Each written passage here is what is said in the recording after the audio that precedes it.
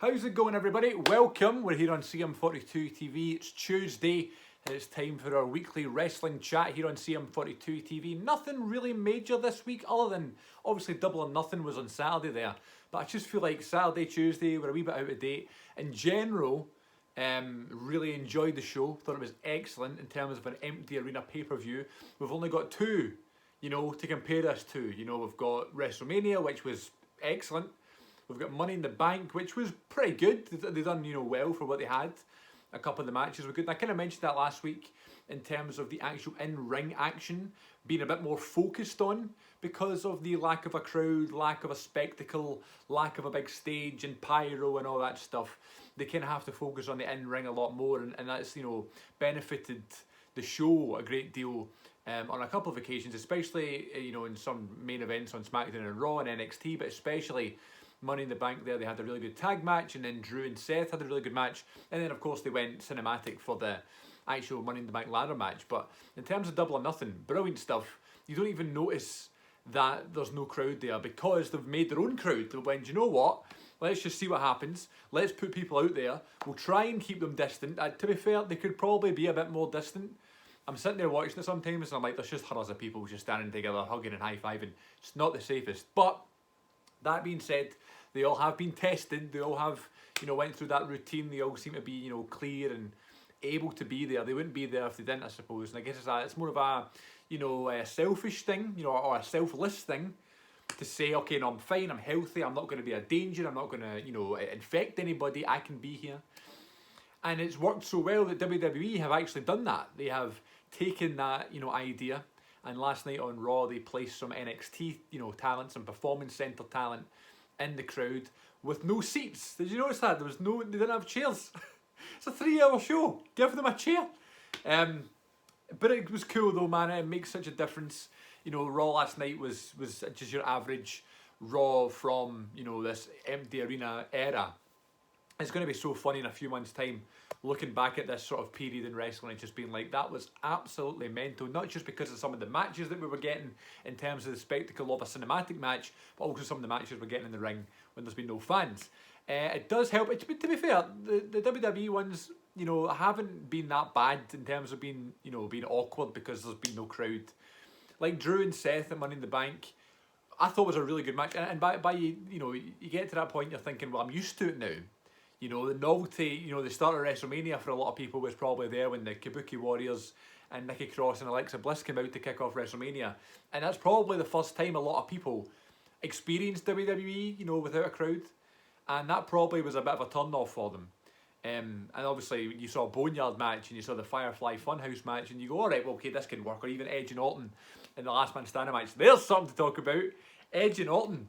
It's going to be the greatest wrestling match ever. Let's see how the story plays out and we'll come back to that one because what an interesting and weird direction to be going in that storyline. Building the greatest wrestling match ever.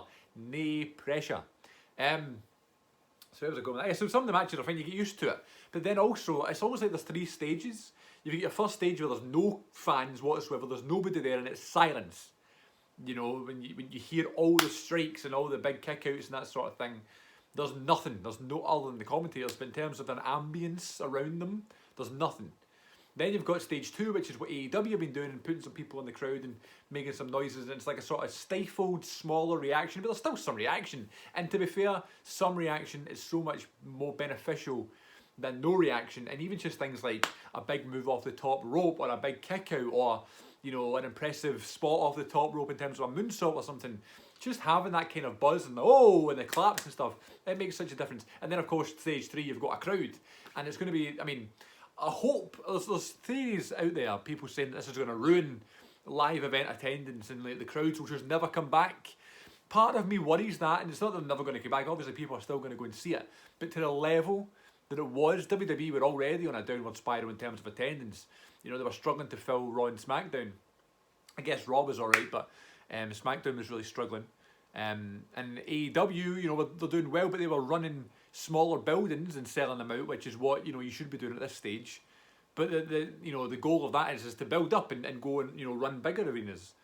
So is that going to now stifle that growth? Is that going to be like, okay, well, we need to just keep running these small arenas for a while, Obviously, they've done the big ones for the special events and stuff. And I mean, if that Double or Nothing show was in a big arena, that would have went down better than it did, and it went down pretty well. You know, that ladder match was a total mess. But it was a 9-man ladder match, so I don't know what anybody was expecting. But it was a cool idea, you know, having 2 people in the ring and then every 2 minutes someone else comes in, and it's not a battle royal, it's a ladder match. We'd never seen that before. And that's another thing AEW have over the WWE. First of all, they've got cool factor, and they've got, you know, these new ideas that they're trying to come up with. Blood and Guts was another one. I know it was War Games, but there's spin to it. And then you've got the Stadium Stampede, which you'll get to, which is a one-of-a-kind thing. And you've got these certain wrestlers that you've never seen in WWE before. That's their edge. And then you've got, of course, this whatever happened on Saturday, this casino ladder match thing. So cool to see Brian Cage. Been a fan of Brian Cage for a while. Not the biggest fan of him. I'm not like... I hate that saying, actually. I shouldn't say that. I shouldn't say I'm not the biggest fan of him, because that makes me sound like I'm not a fan. I am a fan. I like Impact and that sort of thing, and I've seen him in PWG. He's just not on my, you know, top 10, top 20 list. He's a good wrestler. He's another big guy for AEW, and I love that. It's like that that criticism that they had.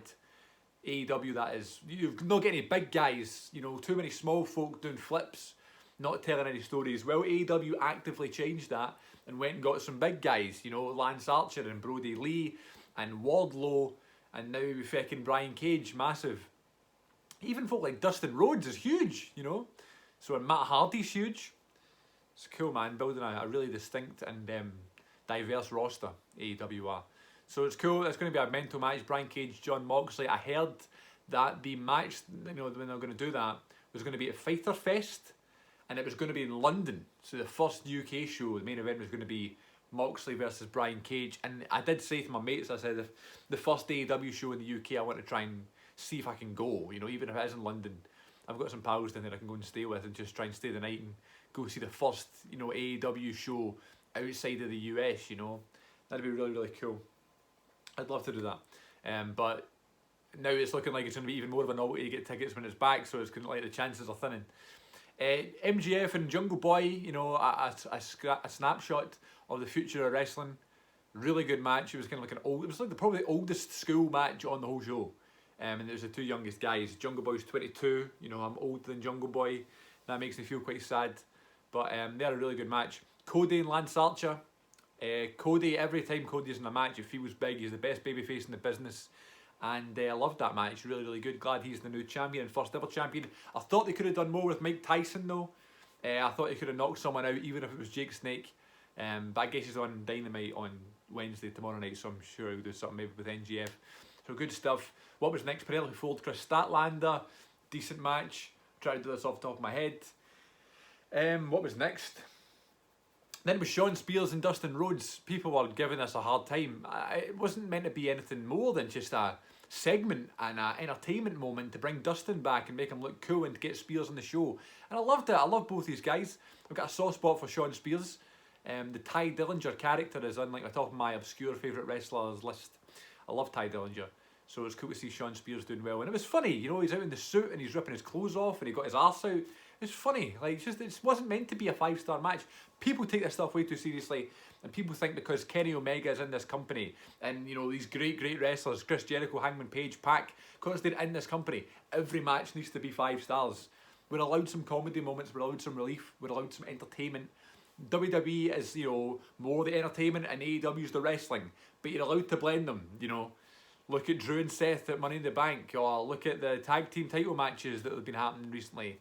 Daniel Bryan and Drew Gulak, you know. That's your wrestling in WWE, but you also have all your entertainment stuff. It's vice versa. You can have some entertainment in NXT and AEW as well. And speaking of entertainment, I guess there was Moxley and Brody Lee, which I said it was a very ECW-ish main event. Loved their main event. I thought it was great. Not just because they went through the stage, but just the blood and the choke and the weapons and the kind of chaoticness of the match. Good stuff. And then the Stadium Stampede. Never seen anything like it in my life. I was howling throughout the match. It was about 4:30 in the morning, by the way. It was bright outside. Haven't gone to bed when it's been bright outside in a long time. That used to be a thing when I was much younger watching pay-per-views. It's not happened in a while. So that was fun. God, it was so much fun, that match. I loved it. Did it top Boneyard match? Not sure. Don't think so, because Taker and AJ are 2 of my favourites ever. And we got American Badass Taker. But Oh man, I love Stadium Stampede. All the spots, all the funny moments, the great wrestling, that finish with Omega with the one winged angel off the feckin' whatever it was. It was like this mad 2000s Hardy Boys, spot. Brilliant. Jericho throwing the flag, challenging the play. Good stuff, man. Hangman going away in the horse. Oh, brilliant. And then Omega. Did you know what the funniest moment was? When Omega and Matt Hardy were chasing Sammy on the go-kart again, on the golf cart, and the referee, Bryce Remsburg, weird Bryce, sprinting, trying to catch up with the golf cart, was hilarious. Gave Charles Robinson a run for his money. No pun intended. Great show on Saturday. Glad WWE are put the crowds, or trying to build a crowd kind of thing, taking the AEW idea onto Raw and SmackDown and pay-per-views. That's going to be a lot of fun to see where they go from there. Backlash is next. In Your House is next, actually. NXT TakeOver In Your House, which will be a lot of fun. So, yeah, good stuff. Interesting week for wrestling. And make sure you check out my wrestling podcast. The Wrestling Connection drops every Sunday. Nearly said Saturday. Every Sunday on Apple Podcasts, Spotify, Anchor, Pocket Cast, Google Podcasts, Radio Public, all these places. Check us out on there for more obscure and random and generic wrestling chat for all of the family. Thanks so much for watching. Take care of yourselves, everybody. Please remember to subscribe. Let me know in the comments what you thought. And follow me on Twitter and Instagram at CM42TV. Cheers. Speak to you soon.